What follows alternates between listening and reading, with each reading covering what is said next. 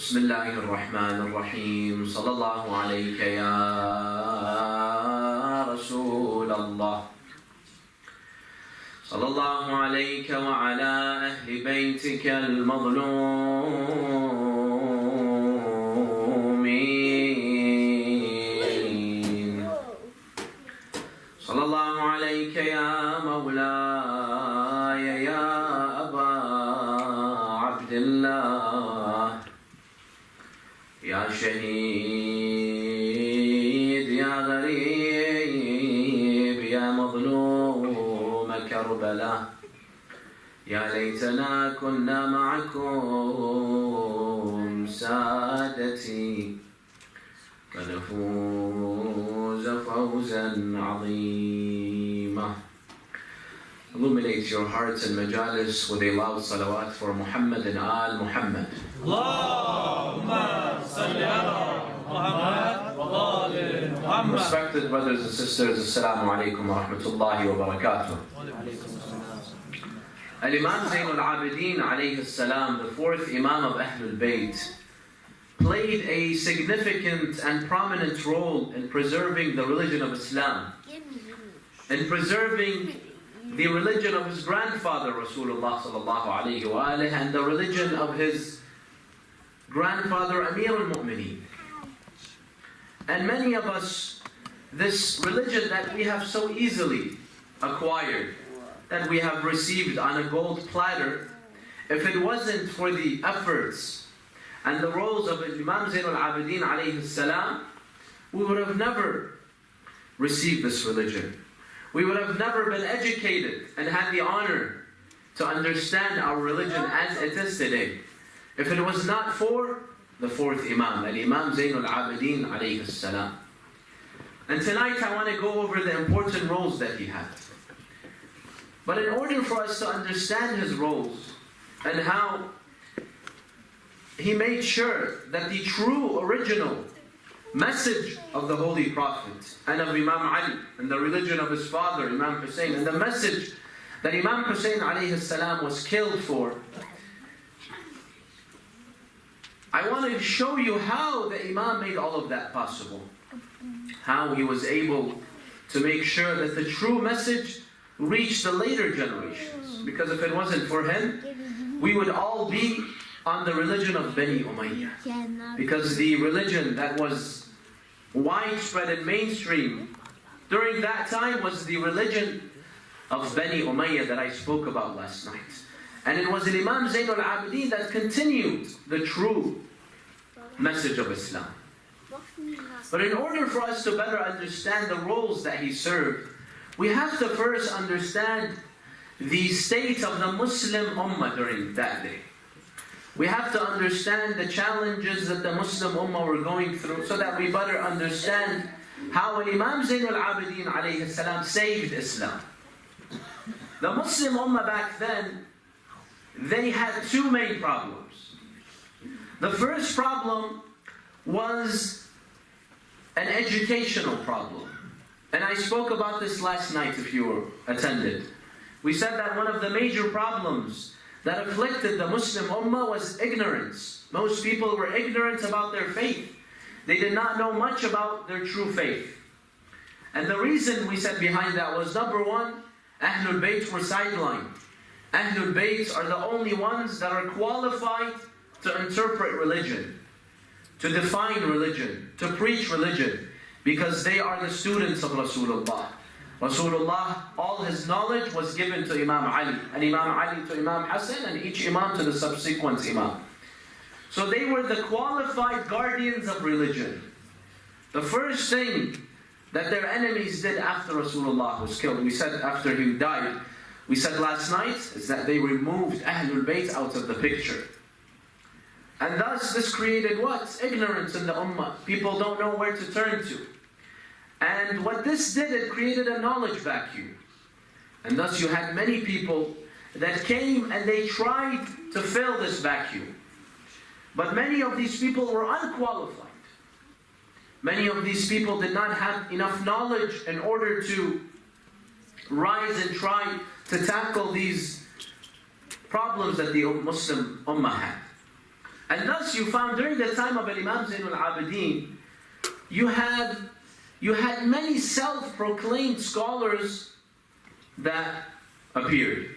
Individuals that did not have the sufficient and correct knowledge, but yet they came and they did tafsir of the Quran. They gave their views in Islam.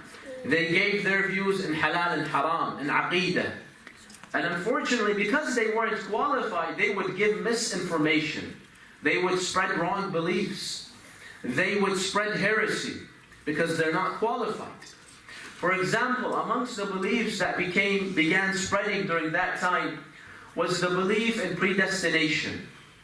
Many Muslims today, they believe in predestination. That we were created by God, and God destines our actions. He predestines it. So if I decide to do a good act, it's not because I did that based on my free will. It's because God decided that for me. And if I commit a sin, a crime, it's not because of my bad intention. No, it's because of God. So we're like robots executing the commandments and the orders of God without any free will. Such a belief became widespread during the time of Imam Zain al Abedins alayhi salam. Because many individuals that did not understand Islam, did not understand aqa'id, they came and they gave their opinions. And Ahlul Bayt were sidelined. They could not give their opinion about this. And thus you see that now amongst the major beliefs and creeds of the Ash'ari school of thought, which comprises most of Ahlul Sunnah wal Jama'ah, is the belief in al-Jabr. That we are predestined and we have no free will. And obviously this implies that God is unjust. He forces you to do a sin, and then He punishes you for that. It doesn't make sense. Another example was the example of the anthropomorphism of God, meaning that God has a body. Many Muslims started believing that Allah has a body, and the believers will see Allah on the Day of Judgment. They will see Him, and this is the belief of the Muslims today, the non-Shia, that on the Day of Judgment we will see Allah in His physical form. He will take His feet and He will place it in Jahannam until Jahannam says that I am full. So all of these false beliefs, they began to spread during these days, the days of Imam Zain al Abedins alayhi salam, because Ahlul Bayt aren't there to give the answers, to guide the Ummah. They're sidelined. One of those self-proclaimed scholars was a man by the name of al-Hasan al-Basri. He used to claim that he is a alim, a scholar. But many of the things he used to say was incorrect, because he did not learn from Ahlul Bayt, nor he had the ahadith of Rasulullah. We said the ahadith of Rasulullah, they were burned, Ahlul Bayt are removed. So where do you get your knowledge from if you're not a messenger? Jibreel doesn't come and inform you. So al-Hasan al-Basri, he used to spread some of those wrong beliefs. He was once heard saying, Al-ajab kullu al-ajab mimman naja kayfa naja.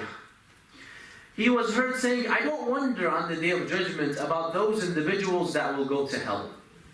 I wonder about those that will go to heaven. How were they able to go to heaven? What did they do? So basically, his view of heaven is that it's so difficult to enter heaven, that most people will go to hell.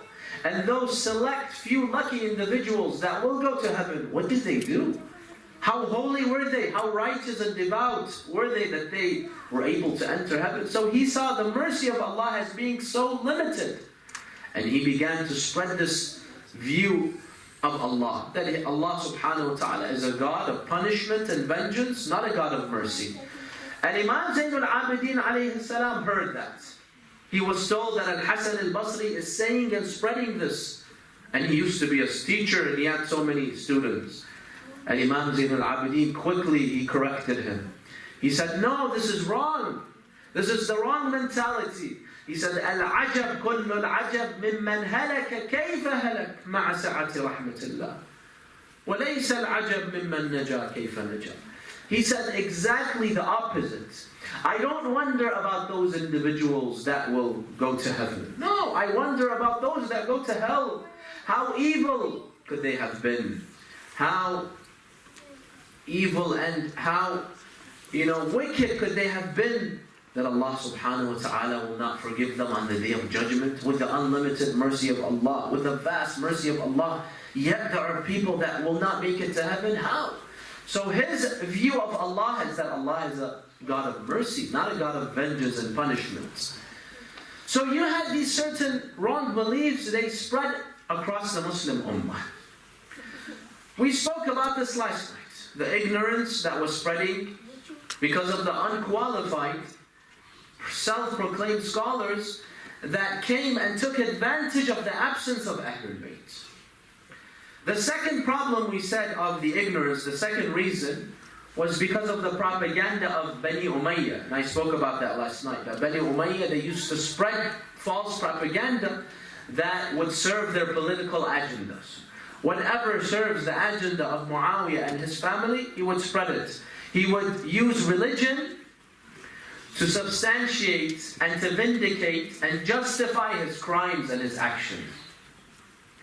So this was the first problem that you had in the Muslim Ummah. Ignorance. Widespread ignorance about religion. The second problem that you had was a problem of manners, akhlaq. The Muslim Ummah was slowly losing their akhlaq and their values, their manners. You see, Rasulullah sallallahu alayhi wa alihi wa sallam was sent to Arabia. And the Arabian people, they were less than zero. They were rock bottom in their values and morals and their akhlaq. They were human beings in their appearance, but they were animals in their true nature. Because they were barbarians. They had absolutely no values, no morals, no ethics. They had no rahmah, no mercy. They used to kill each other for the lousiest and most trivial of reasons. They used to bury their own daughters alive. What type of nation is this? Absolutely no values. This is a nation that they had a 40-year war. Do you know over what? Over a camel. This tribe says it's mine. The other tribe says, no, it's ours.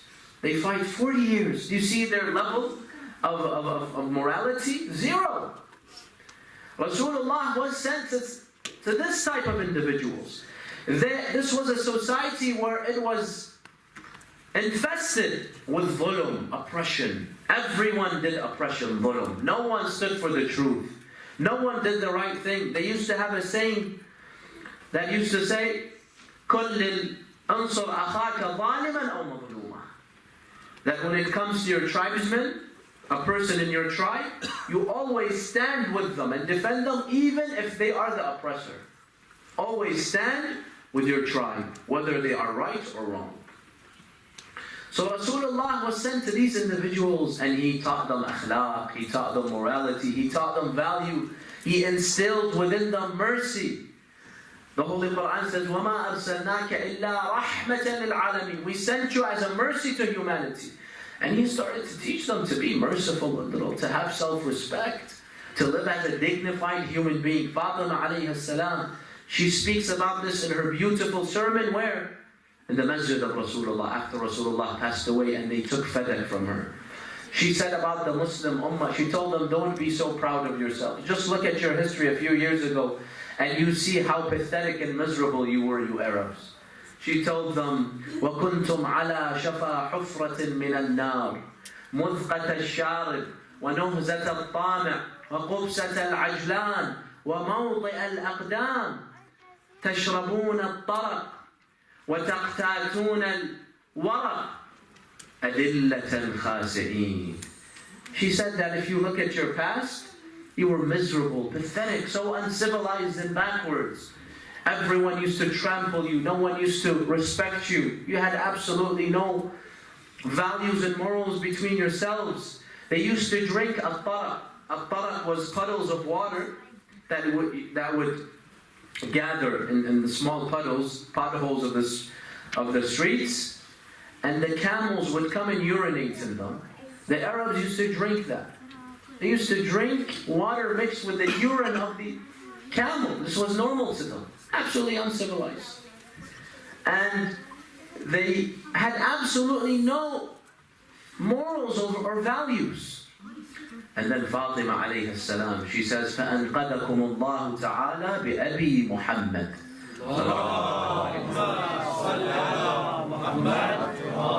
You lived like animals, like a jungle, like a forest. It was the law of the jungle. Until Allah sent you my father, Rasulullah, and He saved you from all of that. He turned you into dignified, respectful human beings. He made you the kings of the world. The Arabs who were trampled by all the other nations, now they became amongst the greatest of nations. Other nations, they began to learn from them. He gave them their karama back, their dignity, self-respect, and He elevated them to a status they would have never dreamed of. All due to Rasulullah. He instilled within them akhlaq, values of Islam. He told them that you always have to stand for the truth. He established this. You stand for the truth. You stand with the zalim. كُلِّ الظَّالِمِ خَصْمًا وَلِلْمَظْلُومِ عَوْنًا. You always have to stand with the mazloom, with the oppressed, even if the oppressed is not of your qabila, it's not of your tribe. And you have to stand against the zalim, the oppressor, even if the zalim is a family member, even if the zalim is a tribesman. It doesn't matter if he's part of my tribe or not. What matters if he's zalim or mazloom. So Rasulullah, he established these values within the Muslim Ummah. After Rasulullah died, they slowly began to go back to their ways, to the ways of the Jahiliyyah.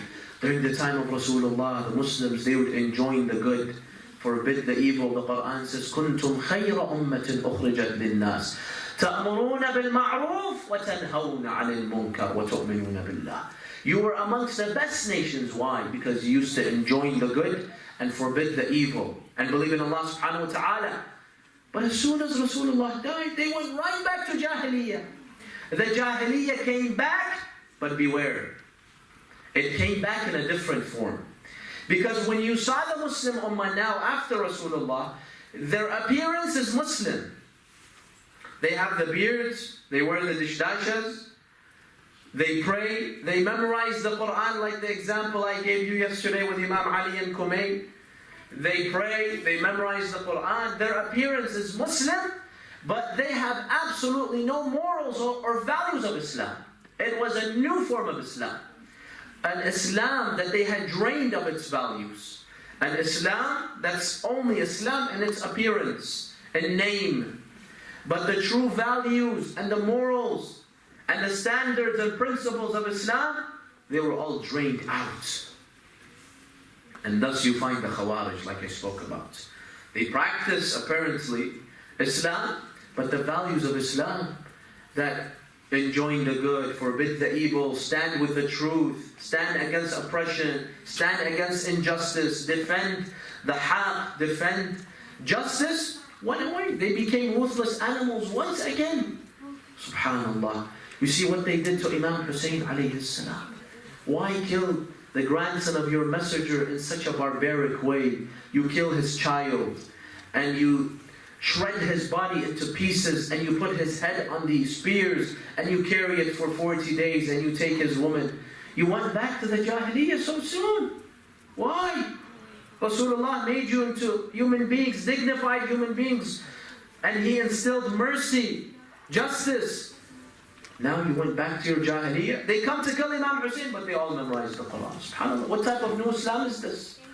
And unfortunately, you find that Islam that began to spread during the time of the Imams, during the time of Imam Zain al Abedins. It is alive till this very day. You go to the Muslim countries today, you only find the rituals of Islam, don't you? MashaAllah, they pray. MashaAllah, the beards, the dishdashas, the short dishdashas and the long beards until they meet. You find everyone reads the Quran, everyone fasts in Ramadan. Yes, you see the appearance of Islam in the Middle East, in the Muslim countries. But do you see the values of Islam? Have mercy upon your brothers and sisters in the society. Be kind and generous. Be truthful and honest. Do you find that in the Middle East? Or everyone's trying to steal and rob everyone else? No one has respect for anybody else. And subhanAllah, we come to the Kafir countries, the non-Muslim countries, we see the values of Islam here. Isn't that true? See, they have really mercy here. They give you asylum. They treat you with respect. When I couldn't live in my country, I came to these Western countries and they gave me a second home. This is the true Islam. The values of Islam are dead till this day. When you say someone is religious, does it mean he has good akhlaq, rahmah? No. It just means he prays and he reads Quran. Islam now is just what? Just the rituals.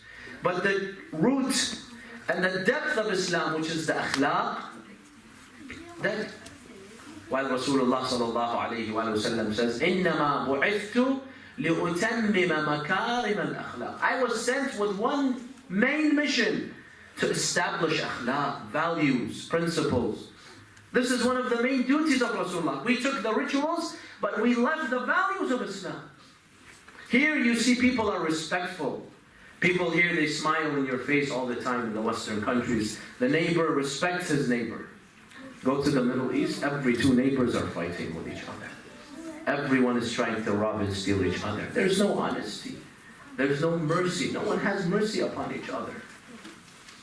So this new form of Islam began to spread during the time of Imam Zain al Abedins alayhi salam. And it could not have, this task, this new form of Islam, could not have been established without whom? Without Bani Umayyah. Muawiyah, you see, he was a very cunning and sly man.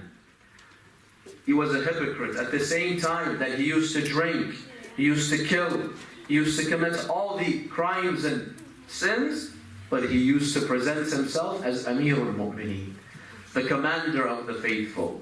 People would respect him. People would see him as the guardian of religion. They used to look up to him, just like today. You see in Saudi Arabia, their king, they consider him Waliyu Amr al-Muslimin. He is the leader of the Muslimin, and he is the most corrupt individual. He is the greatest zalim. This began with Muawiyah. The fact that he began to fade the true line between haqq and batil, that you can't tell who's haqq and who's batil. You find the worst people are the spokesmen of Islam. The most corrupt zalims are the ones that are speaking in the name of Islam. They are the custodians of the religion of Islam, the guardians of Islam. So Muawiyah, he began to spread this ideology. And before he died, he made sure that this fake Islam, it's continued by appointing his son Yazid as his Khalifa. So wait a minute. Now he's making the Khilafah of Rasulullah, which should be based on merits and qualifications, he's making it into a family business now. It's based on family. It's like a kingdom now. I die, my son, his son, and so on and so forth. And he is Khalifat Rasulullah. He is the successor of Rasulullah. He is Waliyu Amr al-Muslimin, Amir al-Mu'mineen. Yazid, they say, he used to drink publicly, even worse than his father. He used to have a monkey. He used to play with, while he's Khalifat al-Muslimin. And when he died, he held a Fatiha for him. And he forced all the people to come and give him condolences. Addamallah laka al-ajr ya Amir al-Mu'mineen, because his monkey died. You see how he mocked religion? It became something to mock. It became like a game. It became something pathetic. But what was problematic was this, that the people of that time, they stayed quiet. They accepted all of this injustice. They accepted all these games in the name of Islam. They pray, they fast, they see Yazid and Muawiyah, and they do nothing. It was a dead ummah. People did no longer enjoy the good and they forbid the evil. No. Khalas, they just go with the flow. They say the governor of Kufa was a man by the name of Al-Walid ibn Uqba. He came one day to lead Salat al-Subh while he was drunk. And instead of praying Salat al-Subh 2 rak'ahs, how many rak'ahs did he pray? 4. Now did anyone complain? One person objected. He told him, Your Highness, Salat al-Subh is 2 rak'ahs, you prayed 4. He began to mock him, as if who cares about Salah and all this religion. He said, if you want, I'll add 2 more rak'ahs. I can make it 6, I can make it 8. He's making fun of Islam. And the people, they go with the flow like sheep. Imam Hussein, how many people they came out with him? Imam Hussein saw that religion had turned into a joke. Yes, people go to the masjid and they pray and they fast. But when their Khalifa is Yazid and Muawiyah, and people are quiet, how many people went with him? Few people. Exclude his family members, 50, 60, 70 people out of the tens of thousands of the Muslims. And on the contrary, 30,000 come to fight him. What type of ummah is this? So they went right back to the Jahiliyyah. They regressed. And they lost all those values that Rasulullah sallallahu alayhi wa sallam taught them. Imam Zain al Abedins is living during this time. He sees what has happened to Islam. That this new form of Islam is the mainstream Islam now. Is the mainstream of Islam. That the values of Islam, enjoining the good, forbidding the evil, is gone. People just want to go with the flow. They don't care about the haqq. They don't care about al-adala, about justice. They don't care about all of this. Imam Ali alayhi salam says, amongst the people are hamajun ru'a', mobs, angry mobs. Atba'u kulli nar'. They go with the flow. Anywhere that wind takes them, they go. They don't ask. They don't say why.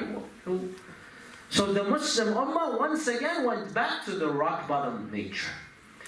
If it wasn't for the role that Imam Zain al Abedins served, trust me, we would have been on the same religion of Bani Umayyah today. He was the man that preserved the true Islam. He was the man that kept the message of Rasulullah, the values of Islam. The message of Imam Ali and the message of Imam Hussein that he was killed for. It was he that kept alive. And he did this through 5 ways. And I want you to pay close attention, brothers and sisters, so that we better understand, we understand the role of Imam Zain al Abedins alayhi salam in a better way. The first way that the Imam began to counter all of this ghulum, all of this misguidance, all this ignorance and lack of akhlaq, and how he began to spread the true image of Islam, the true message of Islam. The first way was through his dua. The dua is that he constantly read. If you open Mafatih al-Jannah and go and read the du'as that we have, most of them are from Imam Zain al Abedins. For example, you have dua al-iftitah, you have dua Abu Hamza al-Thamani, you have munajat al-ta'ibin, you have, for example, the Sahif al-Sajjadiyya. And I urge all of you to read it. And now it's translated to almost every language. You can find it online. Filled with hundreds of du'as. All from who? Al-Imam Zain al Abedins alayhi salam. He's very known for his du'as that he used to read. And the du'as of the Imam, they had 2 aspects. One aspect is the one that we usually concentrate on, is the spiritual aspect. When you read the dua, the spirituality of the dua, you speak to Allah, the Iman, the connection that you get with Allah. And this is what we usually focus on. But the second part of the dua is what most of us, we are ignorant of. The dua of the Imam has a second educational aspect, disciplinary aspect. The du'as of the Imam isn't just for spirituality. No, they are all lessons filled with knowledge, wisdom. If you study the du'as of Imam Zain al Abedins, you see each line is a lesson filled with things that we can benefit from, filled with knowledge and wisdom. Why did the Imam do that? Because the Imam was not allowed to directly preach. You think, for example, right now in some parts of the world today, a Shia, if you're a Shia scholar, you have no right to speak there. You cannot give a lecture there.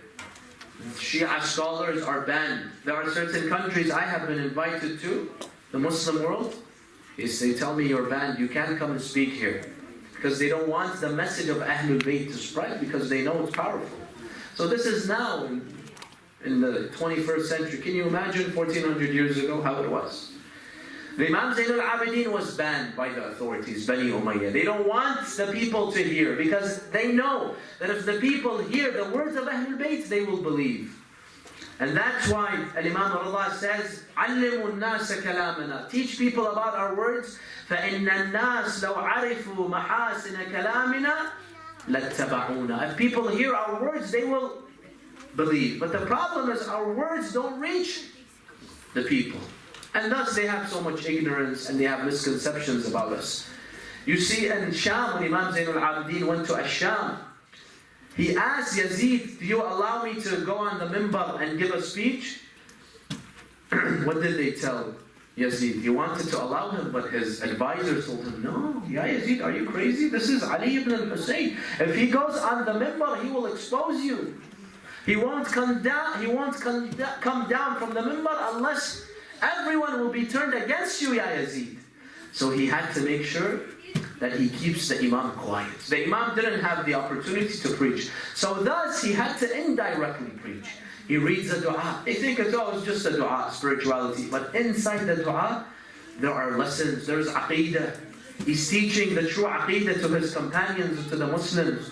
You see, he has du'as about nubuwwah, about adalah, about ma'ad, about the oneness of Allah, the qualities of Allah, the attributes of Allah. All of these lessons of aqeedah, the values of Islam that we spoke about that began to disintegrate in the Muslim Ummah.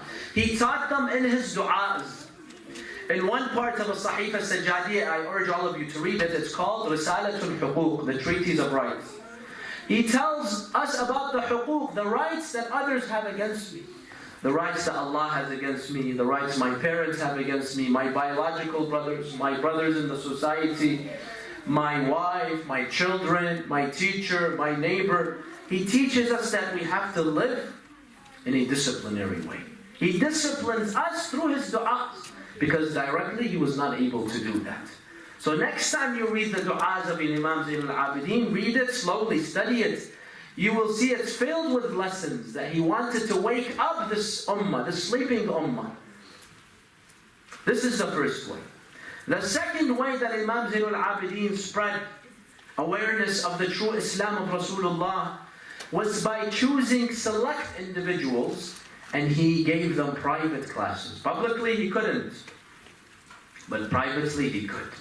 And thus you see amongst the greatest companions that we have of the Imams, they were students of Imam Zain al Abedins. For example, Aban ibn Taghlib, one of the greatest ulama and companions of the Imams.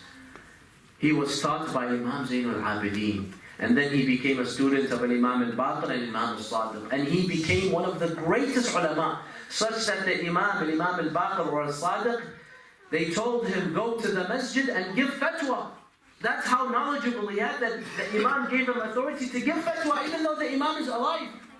But that's how sure he was that he can rely on Aban. Someone else you had, for example, Abu Hamza al-Thamali, the one, Abu Hamza. Abu Hamza was a alim. He was taught by Imam Zain al Abedins, and he used to teach others. Another one by the name of Sa'id ibn Jubayr, he was one of the students of the Imam. Another one of his students was a man by the name of Ibn Shihab al-Zuhri. Ibn Shihab al-Zuhri, he was not even a Shia. He was not a Shia, but he was a student of Imam Zain al Abedins. And you find Ahl al-Sunnah, they have great respect for Ibn Shihab. They consider him amongst the greatest muhaddithin, amongst the greatest scholars that they have. Who was his teacher? Imam Zain al Abedins. He narrates so many ahadith from Imam Zain al Abedins, and he used to love Imam Zain al Abedins.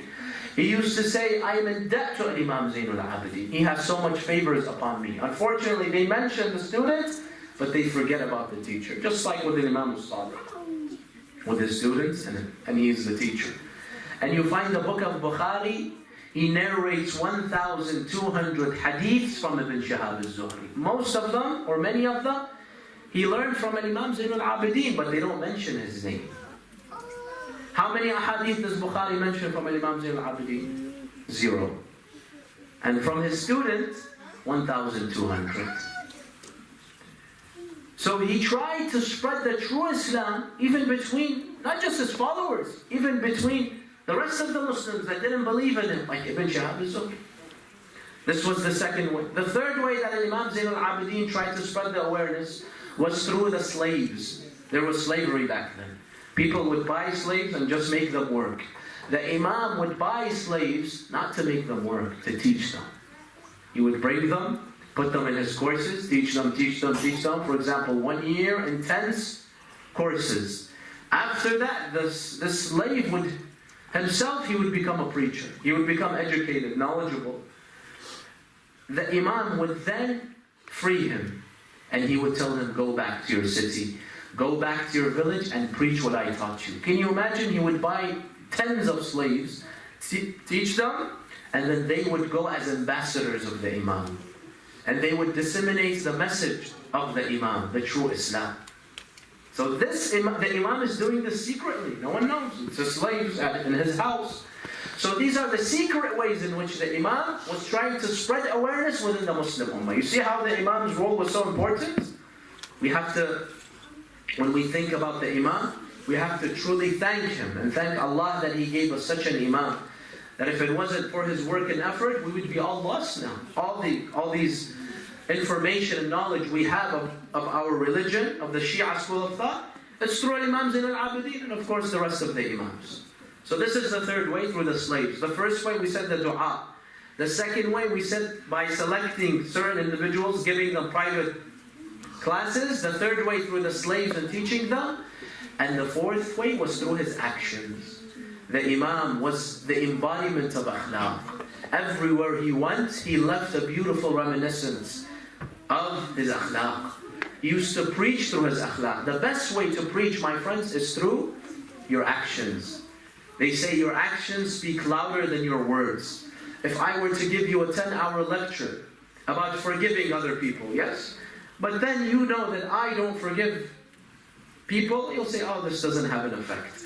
If I truly want to teach you about forgiving other people, I have to implement it. When I apply it into action, this is when it really affects you. And that's why Imam al-Sadiq says, كُونُوا دُعَاةً لَنَا بِغَيْرِ أَلْسِنَتِكُمْ. Be silent propagators. Be silent people that do da'wah. Bring people to your faith, not by giving lectures. Some people say, I don't have knowledge. How can I invite people and do da'wah? Through your actions. The Imam says when people see you're honest, you're kind, you're generous, you're polite, you have the best akhlaq, you respect other people, they will say this person has a good religion. On the contrary, when they see Muslims, they are uncivilized, they have no mercy, they're violent, they're dishonest, they try to take advantage of every place they go to. They go to the Western countries, they give them citizenship, they give them everything. He works and at the same time he takes welfare. He tries to fool the system any way he can. Don't many of the Muslims do that in the Western countries? They take the help from the government and at the same time they have a secret job. You don't think they know that? They say, look at these Muslims, they have a bad religion. It all reflects against your religion, whether for good or bad. So if your actions are good, this is the best da'wah, propagation that you can do for your religion. And Imam Zain al Abedins alayhi salam, every movement, every word he used to say, it was da'wah, it was propagation. He used to attract people to the school of thought of Ahlul Bayt alayhim salam. There was a governor of Al-Madinah by the name of Ibrahim, Hisham ibn Ibrahim al-Makhzumi, or Ismail ibn Hisham al-Makhzumi. He was an enemy of Imam Zain al Abedins. He used to always bother him, oppress him, intrude in his house. Until one day, the tides turned against him. The government of Bani Umayyah, they decided to remove him. They became angry. The Khalifa became angry at him. And the Khalifa said, this person no longer has immunity. Whoever he did dhulm towards, you can go the mazloom and take your haq from him. People went, they looted his house, they would insult him, beat him. But he was not worried about all of that. He was heard saying, the only person I fear is Ali ibn al-Husayn. Because he can seek revenge today and destroy me. Because I bothered him so much. I did so much dhulm to Ali ibn al-Husayn. I'm afraid he will come and seek revenge. The word reached Imam Zain al Abedins. Right away he sent a messenger to him. He told him, go and tell him this. Tell him that if you fear me, I tell you that be assured that I will not harm you at all. Even though you did so much dhulm and injustice to me. But I have forgiven you of all that dhulm. And on top of that, if you need any help, I will give you money. I will give you shelter. Anything you need, I will help you. When this man, the Salim, heard, he was shocked. This is my enemy that I bothered so much. Now that I am weak and in need, he says, I will help you in any way that you want. He said, Subhanallah, Allahu a'lamu haythu yaj'alu risalatahu. No wonder Imam Zain al Abedins, Allah chose him to guide the people. Because he has such high akhlaq. Everywhere he went, he left a beautiful image of the message that he used to preach. He used to leave in the middle of the night. He used to cover his face, and he used to take food and so many other supplies, and he would help the poor. He would help the aitam. He would help the orphans. And they did not know it was Imam Zain al Abedins because he would cover his face. So not only did he tell people, give to the poor, he himself applied it into actions. When did they find out that this person, this mysterious person that helps the poor in the city is Imam Zain al Abedins? They realized this when the Imam died. They saw he no longer comes. They saw that all the help suddenly stopped. This is when they knew this was Imam Zain al Abedins. So through his actions, he left a beautiful legacy and beautiful examples and lessons for us. We brothers and sisters living in the West, we have a responsibility. As a Muslim, everything I do will reflect back on Islam. When I as a Muslim do something bad, I break the law, they will say Islam is a bad religion. And thus I have to make sure that all my actions, they reflect a good image for Islam. That I don't tarnish the name of Islam without knowing, unwillingly. And this is a responsibility upon all of us.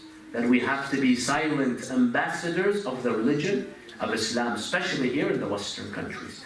So this is the fourth way. And finally, the fifth way that Imam used to spread the da'wah and awareness of the true message of Rasulullah that was lost was through his tears. The Imam Zain al Abedins alayhi salam was there in Karbala, and he saw all of the dhulm that happened to his father and his family members and his father's companions. He saw all of that in front of him, and thus he cried for the rest of his life. Every day he would incessantly cry. Every time he was given a cup of water to drink, he used to cry, and he used to say, my father Hussein was killed thirsty, how can I drink? He never forgot about, until he died 30, 40 years after Karbala. He never forgot about his father Hussein. Why? Was it just emotional? No. Because he wanted to keep the story of Imam Hussein alive, so that it's not forgotten that Hussein was killed, and Hussein was killed because he stood for the truth. So every time he cries, people say, why are you crying? I'm crying for my father. What happened to your father? He tells the whole story. And people know that Bani Umayyah, they are what? They are imposters. And we are the true guardians of Islam. So he spread the morals that Imam Hussein died for, the values that Imam Hussein died for, he kept them alive through his tears, so that it's never forgotten. If it wasn't for Imam Zain al Abedins, we here, we would not know about Karbala. How do we know? Imam Hussein was killed in the desert, and Bani Umayyah would have kept it a secret, right? Who would have told us? So Imam Zain al Abedins, through his tears, everywhere he went, he told the people of what happened, but indirectly, through his tears. He used to go walk in the streets, he would see a butcher that was about to kill the sheep. He would stand and he would ask the butcher, did you give water to the sheep before you are slaughtering it? The butcher would say, yes, of course. Of course, we have been taught by Rasulullah to have mercy upon even the animals. We feed them water and then we slaughter the animal. The Imam would then turn towards Karbala, he would cry and he would say, Assalamu alayka ya Aba Abdullah, my dear father Hussein. Even the sheep is given water before it is killed. But as for you, they killed you while you were thirsty. When he would hear of someone that would die, and they would tell him this poor individual died alone and he has no inheritance, he has no inheritors, he has no one. He used to cry and he used to say, the true gharib is my father Aba Abdullah. He's the one that died all alone between the enemies. He kept the message of Imam al-Hussein alive through his tears. He used to cry so much until one of his companions, Abu Hamza that we spoke about, he came to him and he told him, my master, Ya Ali ibn al-Hussein, isn't it enough tears? Haven't you cried enough? Won't you ever forget about Karbala? You've been crying for so much. Get over it. The Imam told him, Ya Aba Hamza, how can I forget Karbala? How can I forget about what happened? He told him, Abu Hamza, al-qatlu lakum aada wa karamatukum min Allah shahada. That you, it's a custom, it's very normal in your family, shahada, martyrdom. Because your father Ali, your grandfather was killed, your uncle Hamza. So many people in your family were martyred. So it's not something new. Why can't you get over your father's martyrdom? The Imam used to tell him, Ya Aba Hamza, al-qatlu lana aada, ya وكرامتنا من الله الشهادة ولكن هل سبي النساء لنا عادة. He tells him, yes, as for the men, it is a custom in my family that the men are always killed. They're always martyred. But I ask you, as for the women, when was it a custom that our women are taken as prisoners of war? When did you hear about the women of Rasulullah being taken as slaves? He told him, كلما نظرت إلى عماتي وأخواتي ذكرت فرارهن من خيمة إلى خيمة والمنادي ينادي أحرقوا بيوت الظالمين على أنفسهم. He says, I can never get over Karbala. Why? He says, because every time I see my aunts, I see my sisters, I remember what happened to them in Karbala on the day of Ashura. He says, because the woman should be protected, the woman should be safe. But after they killed my father Hussein, they came after the woman. They burned the tents. The woman had to run out of the tents inside the battlefield, calling out, Wa Fatimata. They remembered the name of Fatima because it wasn't the first time that they burned their tents. It wasn't the first time they burned their homes. They burned the house of Fatima before, and now they are burning the tents of the daughters and granddaughters of Fatima to Zahra alayha salam. So he tells them, Ya Aba Hamza, how do you expect me to get over it when I have to constantly remember what they did to the woman of Rasulullah, what they did to my aunt Zainab? They beat my aunt Zainab. They humiliated Zainab. They treated her like a slave. I can never forget the tragedies of Karbala and what they did to Zainab and the other women of Rasulullah.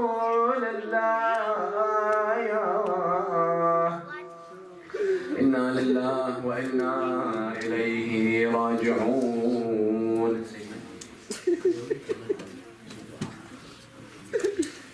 وسيعلم الذين ظلموا آل محمد أي منقلب ينقلبون